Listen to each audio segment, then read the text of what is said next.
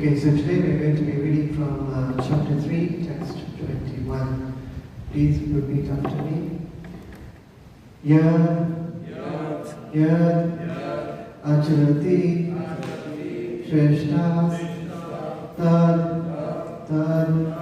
evataro janam sa yad ramanam kurute lokas tad anuvardate. Okay. Yad is whatever. Acharati, he does. Shreshta, the respectable leader.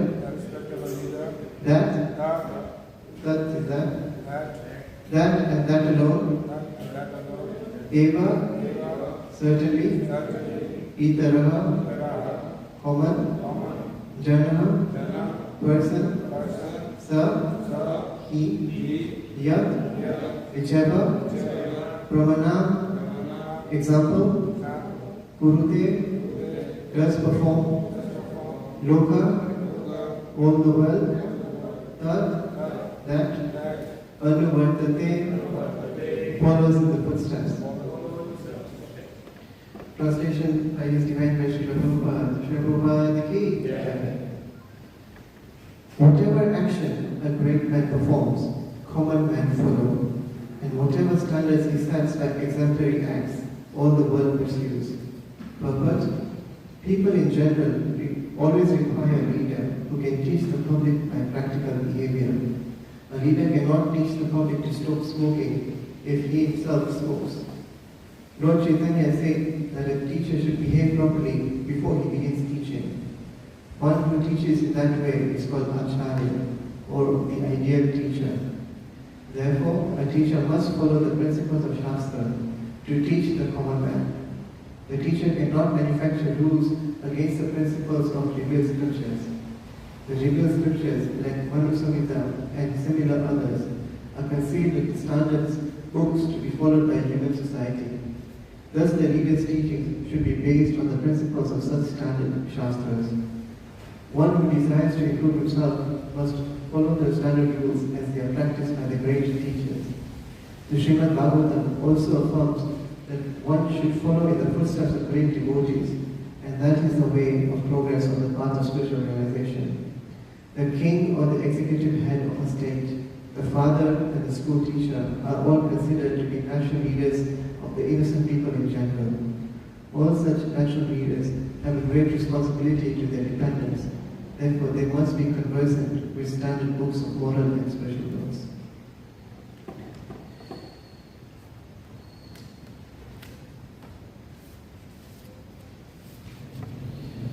I'm going to read the pranam mantras. Om Jnanatimirandasya Dhananjana Shalakaya Chakshurupinitam Yena Tasmai Shri Gurave Namah Shri Chaitanya Manobhishtam Sthapitam Yena Bhutale Swayam Rupa Kadhamayam Dadati Swapadantikam He Krishna Karuna Sindhu Dinabandho Jagatpate Gopesha Gopika Kanta Radha Kanta Namostate Tapta Kanchana Gaura Keshri Radhe Vrindavaneshwari Krishna Bhanu Sute Devi Pranamami Hari Priya Panchakalpatarubhyascha Kripa Sindhuvya Evacha Patitanam Pavanebhyo Vaishnavebhyo Namo Namo Jai Sri Krishna Chaitanya Prabhu Nityananda Shri Advaita Gadadhara Shivasadi Gaura Bhakta Vrinda Hare Krishna Krishna Krishna Hare Hare Hare Rama Rama Rama Hare Hare Hare Krishna Krishna Krishna Hare Hare Hare Rama Rama Rama Hare Hare Hare Krishna Krishna Krishna Hare Hare Hare Rama Rama Rama Hare Hare. Okay, so we're going to speak from the starting of chapter 3. I'm just going to summarize that very quickly, and then we can move on to the verse of today. So, in the beginning of the chapter, we have Arjuna's main question, and he's confused. So in the previous chapter, what Krishna said is that there's two things, there's renunciation and then there is action.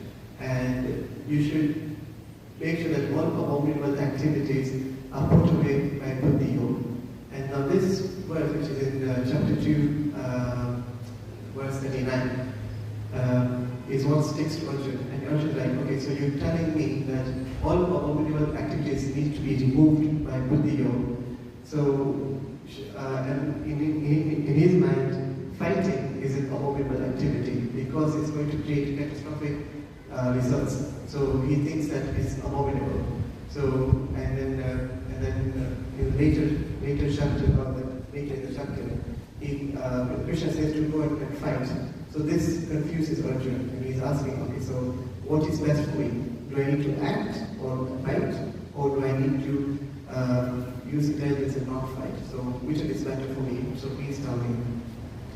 So the definition for Buddhi Yoga was misunderstood by Arjuna because he thought Buddhi is to use the intelligence and to work without attachment and in transcendental loving service to the Lord. So we have fighting. Now fighting, it is abominable if Arjuna started to fight for himself and he thinks that, oh, if I fight I will gain a kingdom, I will gain riches, and I'll be the Lord of the world. But this is his mentality. If he fights with this mentality, then it is an abominable action. But it is not abominable if he is just fighting for the sake of Vishnu or as service to Lord Vishnu. So we have the same act, but the intention behind it is what counts. If your intention is, oh, I will bring this as a service to the Lord, then it is not abominable. Any service is not abominable. And all services are abominable if you are going to fight for yourself or do any action for yourself.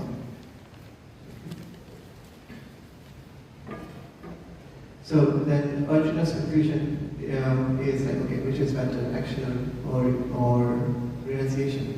And then in verse 3 of this chapter, Krishna replies saying that you should perform Nishkam Karma Yoga or Buddhi Yoga.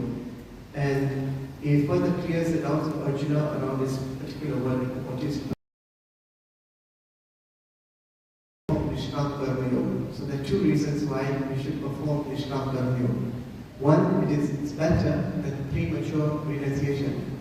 It's like it's better than you making a show of you being a renunciate, but actually you're not because you're thinking about certain things. For example, we have a person who's showing as if he's fasting, but when he's fasting, his mind is always dwelling on food. So he's not actually renounced the desire for food. He's just renounced the action of taking food, but his mind is still connected to food through his thoughts, and that is not very sustainable because rather than like sooner or later that renunciation will break away because his mind is still not yet purified enough to remove his thoughts from the sense objects. His desire is still there to eat food. So that way, by performing Nishkam Karma Yoga, you are actually going to be purifying your mind and training your mind to be detached from the sense objects or the results of your activities and attaching it to Krishna. And thereby it transforms your impurities of the heart into purity of the heart. And by doing this process, one eventually comes to a stage where he can then take real renunciation or the sannyas order of life and then is fixed in that position. Because if you take a premature renunciation, chances are you're going to fall back and start doing these material activities again, and then you will be falling down in terms of spiritual advancement. And then Krishna explains that there are two types of people. They are karma yogis and then the jnana yogis. So the karma yogis, they do the prescribed duties, and jnana yogis, they renounce the world. And the process why they do this is the karma yogis do it through buddhi yoga and jnana yogis do it through sankha yoga. So sankha yoga is by philosophical speculation and trying to break down as to who you are through mental thoughts and everything like okay, I may see that I'm this, but if I don't have this, then I cannot be that. So for example, if I think I'm the hand, but if I cut off my hand, I can still function. So that means I'm not my hand. So by such regression in the logic, you'll get to the stage where you find out that you are actually the Atma. So that's the root of the Jnana Yoga. So Karma Yoga is known as religion, or the activities in Karma Yoga are the basics for religious duties that we have. And for Jnana Yoga is philosophical discussions that we have. But you cannot have one without the other. So religion without philosophy is simply sentiment, and philosophy without religion is just mental speculation. Then we move on to the text 4 and 6, where Krishna discourages premature renunciation. So he's saying that if you abstain from doing your prescribed duties, then you will not be purified enough. And when there's no purity, then there's no elevation to the renowned sort of life where you can then focus yourself into the Supreme, or Shri Krishna.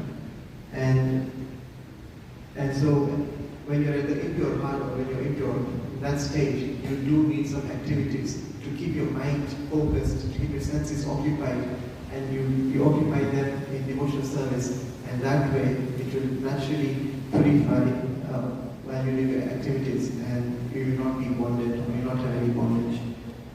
So then from text 7 to 9, we have that a sincere person will always do their prescribed duties without attachment.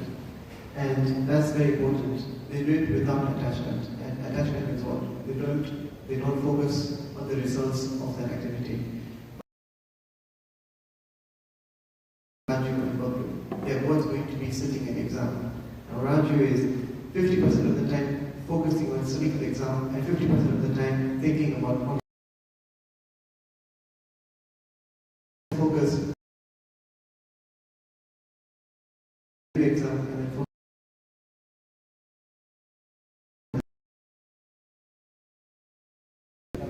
the second one. Why? Because he put all his energy into just preparing for the exam without wondering, okay, what will I get? Because he put double the effort in graduate.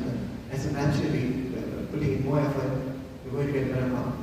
So basically, the same sort of principle applies in everyday life. If you just focus all your energy in doing your job perfectly, whatever it may be, because there's so many different types of prescribed duties according to Varna and Ashram, then naturally, you will naturally do it so much more perfectly than just by thinking about the results. So, a sincere person will only do their prescribed duties without attachment. And then from text 10 to 16, we have the section from Karma Kaj to Karma Yoga. So Karma Kaj means just doing fruitive activities with attachment, and Karma Yoga is doing activities without attachment. So there's a whole process that is outlined in text 10 to text 16. So we have like a ladder, if you think. So the bottom you have people who do not work at all, or they are just doing premature renunciation work, meaning that they are not yet pure and they've just just stopped doing work. So you have like all this fake gurus, you would say that they appear as if they're not doing any work, but they're not at the pure stage of sense control, and so they are not attached to the Supreme. So they are just at the bottom level. And on top of that is, better than that, is a person who actually doing work but with attachment. So Krishna gives an example that it's better, the grahasti is better if he's doing his duties in line with the scriptures than a sannyasi who is just showing as if he is renounced, but he's not actually renounced, and he's just thinking about worldly things. So that is better. And on top of that is a person who is performing duties but without attachment. So you have this ladder of hierarchy. And then from text 10, it shows that this world was designed by Krishna and with happiness in the middle, but happiness is dependent on your sacrifice. So you would, people would do yagnas, and then that yagna would be like a cooperation between man and demigods, and then the demigods would fulfill the needs for the humans, and that way the humans will also get satisfied, because the one need that every human has is food. So the example that is given is how food grains are given through yagnas. So then you have from chapter 14 to 16, you have the cycle of sacrifice, where we have that there's the Supreme Lord, from him emanates the Vedas, and from the Vedas they have what do you call but they promote sacrifices to be done, and from when we do this yagnas, then from the yagnas rain clouds are formed, and from the rain clouds, when the rain comes down, food grains are grown, and then the living entities take those food grains and prepare food stuff for the sustenance. And then here is an option for the living entity. You take the food grains, you can either one offer it to the Supreme Lord, so it completes the cycle, or you could just take it as it is and not offer it to God. So when you offer it to God, it completes the cycle, and so then you're not bound to any sin or any action or results from that, because it goes back to the source. Now, if you eat it without offering it to Krishna, then you have to bear the result or bear the sins of eating food and not offering it back. It's like a person who pays the taxes and a person who doesn't pay the taxes. A person who doesn't pay the taxes will eventually be caught out by the tax authorities, and then he could be imprisoned.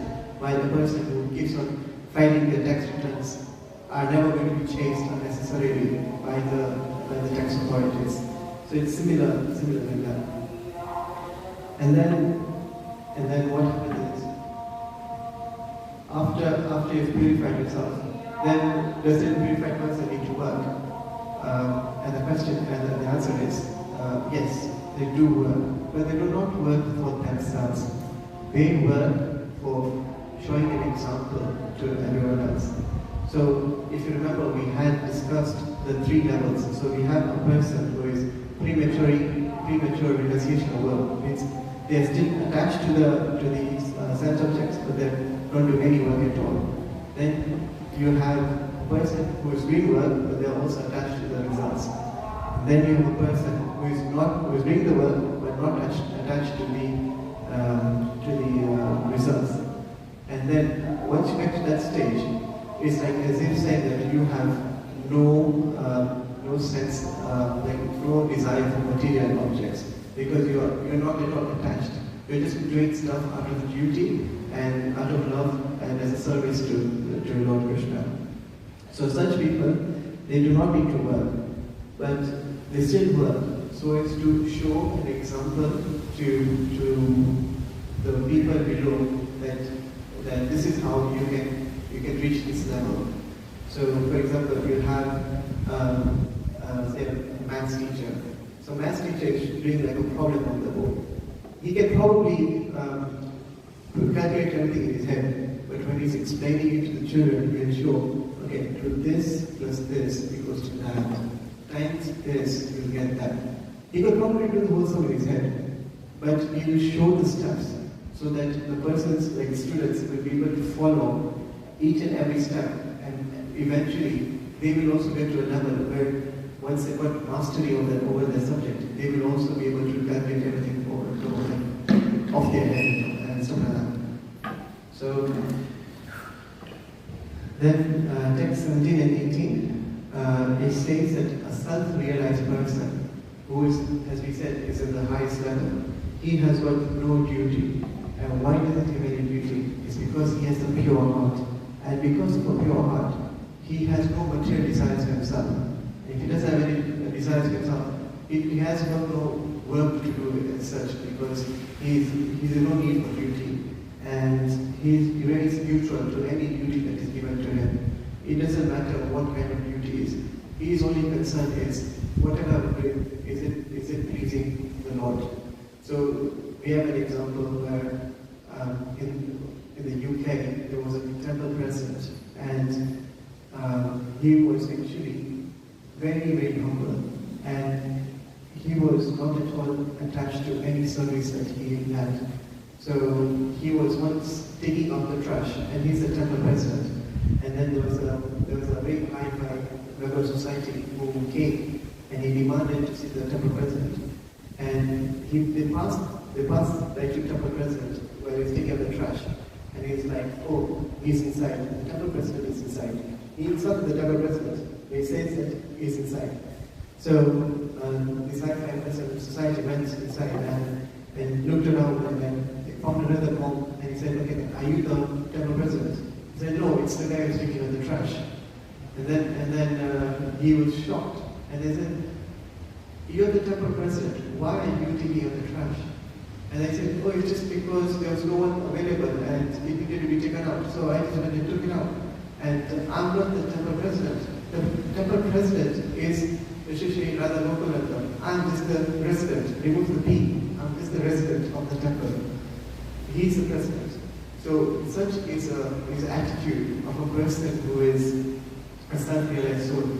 He's only concerned with doing a duty or any duty. Doesn't matter how it might look to the external world.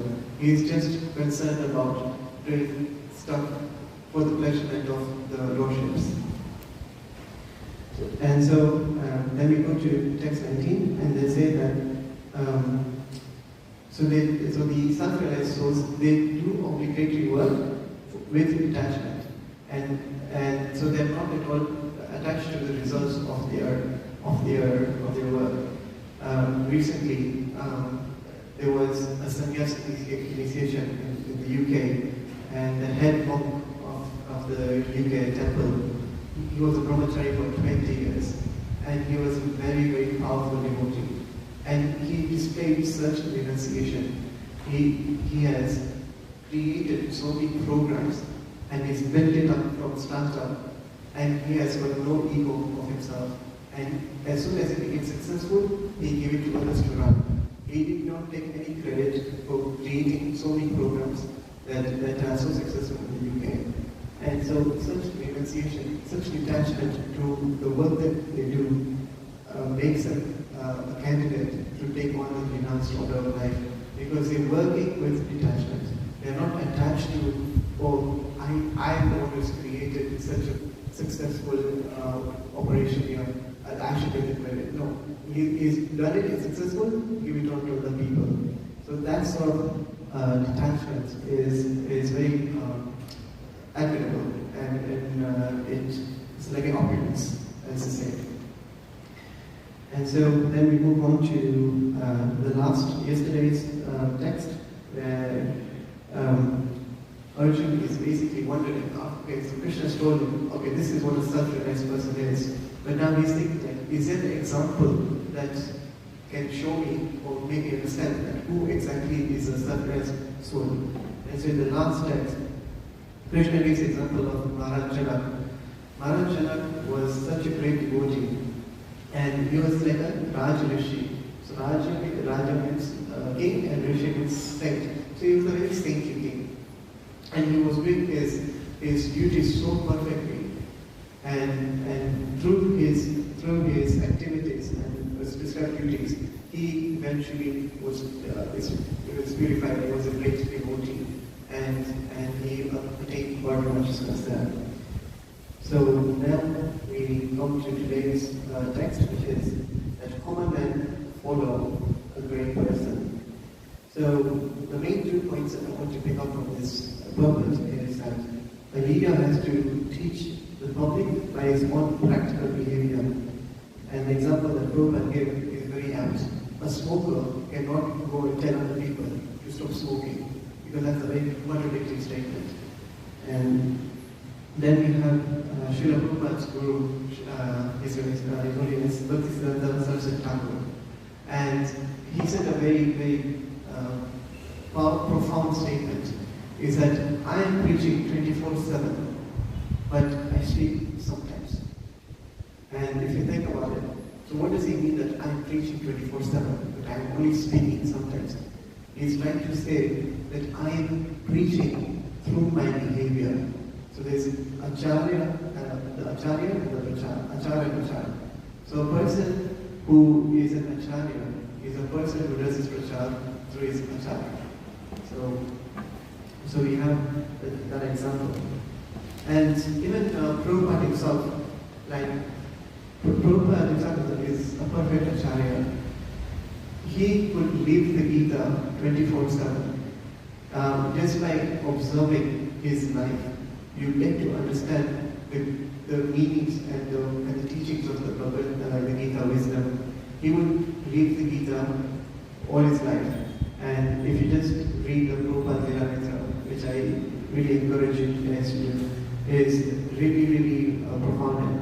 It motivates you a lot because it shows how much setback Prabhupada faced, not only prior to his travel to the West, but also during his stay in India and his efforts to try and propagate the instructions of his Guru Maharaj. So we have such examples of such leaders that we should follow. And this is also true in the material field. Like if you think about all these champion sportsmen, like say Usain Bolt or anyone who is like a champion in their field, why are documentaries made about them? Why do people want to know the struggle and the story and the hurdles that they have overcome, just so that it just with what with peak? It serves as an inspiration. It serves as the biggest motivation for a person who is sincere. So if we are actually sincere in our attempts to grow spiritually, then we need to follow Prabhupada and the Guru Parampara and take inspiration from such great devotees. And then the second point is that a teacher has to teach from the principles of Shastra and not whimsically. So spiritually, Prabhupada said that one must learn from the examples given in the Bhagavatam, because the Bhagavatam is full of examples of great devotees and how they have overcome various challenges. And these challenges are there in our everyday life. So I'm just going to now share a story, and I'm sure most of you have heard the story. And we're trying to see how we can learn from the leader in this story. So long time ago, there was a king known as King Uttanapad. He had two sons. One son from Queen Suniti and one king from Queen Suruchi. So one time the king was playing with the son of Queen Suruchi, and he was playing on the lap. And the son of Queen Suniti, who was known as Dhruva Maharaj, came, and he was only 5 years old, and he wanted to come and play on his dad's lap. And because King Uttanapad was so much attached to his Queen Suruchi, that he was naturally affectionate towards her son and did not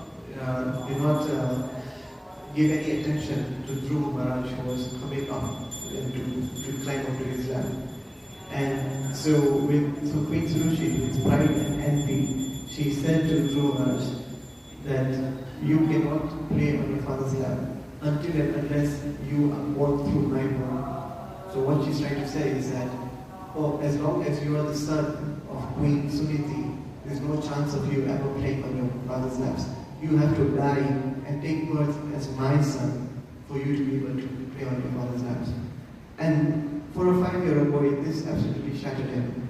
And he was crying, and he ran to his mother. And now his mother was a very great devotee. And so she was already feeling pain because she was neglected by her husband. And now she's even more pain because her son was insulted by his stepmom or her co-wife. And in that moment, she didn't curse, or she did not basically abuse or speak bad about the queen and the king. She basically said that don't let other people's bad words affect you, and the most important instruction is do not wish bad for the others. And if you're feeling like angry and stuff, you should just worship Lord Vasudev. So Dhruv Maharaj, 5-year-old Vika Kshatriya, was very strong and very mentally strong and ambitious. He took off to go to the forest and says that, oh, I am going to worship Lord Vasudev. And on his way, he met with Narad Muni, and Narad Muni tested his resolve, and he and Dhruv Maharaj overcame every obstacle that Narad Muni put in his place. And then Narad Muni, being very much pleased with the determination of this 5-year-old boy, gave him a mantra. And within 6 months of Dhruv Maharaj meditating on this mantra, he was able to take darshan of Lord Krishna. And what happened during this time in Leela? King Uttanapad was lamenting the departure of Dhruva Maharaj. He was actually resenting his neglect towards both Dhruva Maharaj and Queen Suniti. So to make up for his mistake, he started to take care of Queen Suniti more and treat her with love and more care. And so we can see that he was making an honest attempt to reform himself. And Queen Suniti as well was courteous enough to accept this change in behavior and was feeling loved again. And the whole atmosphere became very much pleasant again. And when Dhruva Maharaj returned from the forest, then Queen Suniti welcomed both the king and the co-wife onto the same palanquin, and this behavior melted Queen Suruchi's heart, and she even blessed Dhruva Maharaj to then have a long life. So we can see that the hero of this story is actually Queen Suniti. Because she was a great devotee of the Lord, she was able to inspire not only Dhruva Maharaj to eventually purify and elevate himself to become a great devotee, but also it changed the outlook of Queen Suruchi, and from envious and pridefulness to becoming humble and blessing Dhruva Maharaj, whom she earlier cursed or referenced or spoke ill of. So you can see how the actions of a great person can be used to inspire other people. So, and as I said, as Prabhupada says, the natural leaders in society are the executive head of the president, parents, and teachers. And so in this role of responsibility, they have to guide the innocent people in general, which are like the children and the populace at large. And if they are godly, then the whole society will become pure and purified and will be able to make spiritual advancement. Just like during Shriman's time, when he was king, the entire Ayodhya was like a spiritual planet, because there was so much transcendental vibes, you would say. And so this verse also kind of inspires us to become role models, not only to seek out role models, but also to become role models ourselves. So in this way, Krishna is also saying to Arjuna that you are a great man. People are going to follow you. So if you are going to not fight, then people will say, like, okay, if Arjuna decided not to fight, then why should we also give up? And why should we not fight? Just give up. There's no point. And so people are going to follow your example. So he's urging Arjuna to become a role model for other people.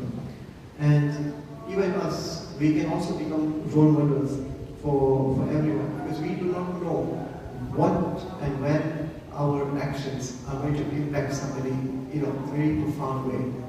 A small example can be given is, if you just even smile to somebody who is thinking about contemplating suicide, that smile, one small action by you, could change the person's entire life, and he could decide not to then commit suicide. So you never know how small an action of yours can actually have a very profound effect on another person. So, and in a spiritual sense, like, if you are very focused on your own chanting and your own like spiritual practices, that dedication to your own self-improvement will then serve as an inspiration for other people. And also this verse also it reinforces the saying that actions speak louder than words. So in a material example, I can give that. Say a country is going through a recession, and the leaders of that country are telling the public to have austerity measures, but they themselves are living in a luxurious life. Then that's a contradictory, and then the populace will not actually want to follow them. So the most recent example I can give is in the UK recently during the COVID lockdown. We had the Prime Minister saying that everyone should be wearing masks and having distance. And then later on, 6 months down the line, they were caught with a scandal of hosting a Christmas party, and they are flaunting the lockdown restriction rules.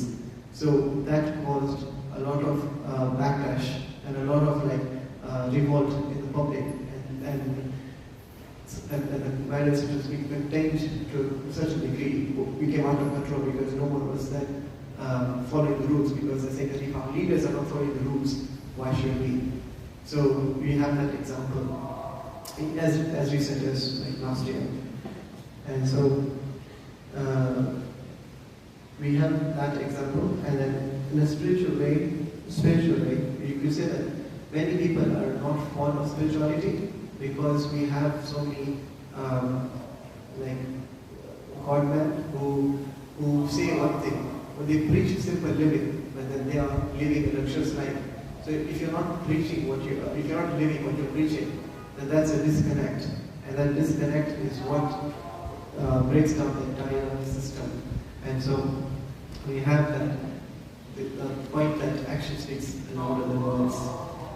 And finally, we have that as our own personal devotee perspective. You said that,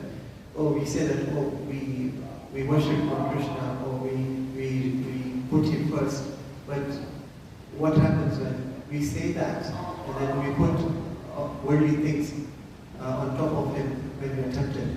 So we're saying that, I want to chant, I want to serve Krishna, but as soon as you get an invitation to go to a 5-star hotel, and then you're like, okay, let's just go there.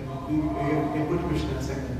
So your actions are not in line with what you're saying or what you're believing in.